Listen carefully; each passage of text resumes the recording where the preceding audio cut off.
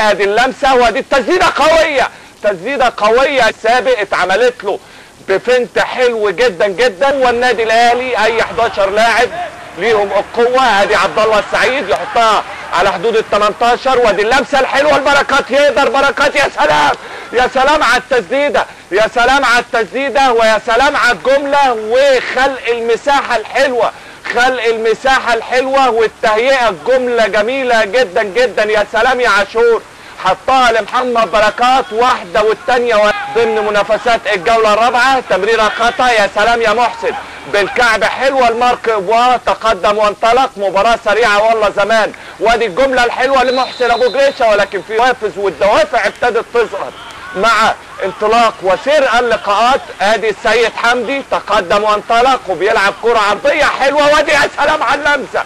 هنشوف عبد الله السعيد بيحطها حلوه. يا ولد يا ولد يا ولد يا ولد.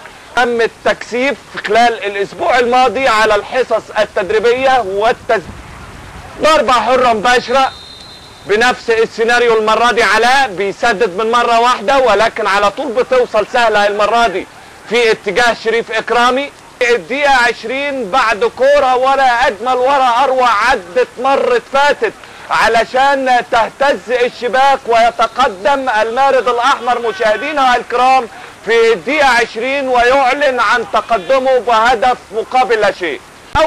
هدف اول لاحمد شديد قناوي. فدان عند احمد شديد. وادي العرضيه ارضيه. وادي اللمسه يا راجل ولسه فيها الفرصه، لسه محمد بركات يقع وركله جزاء.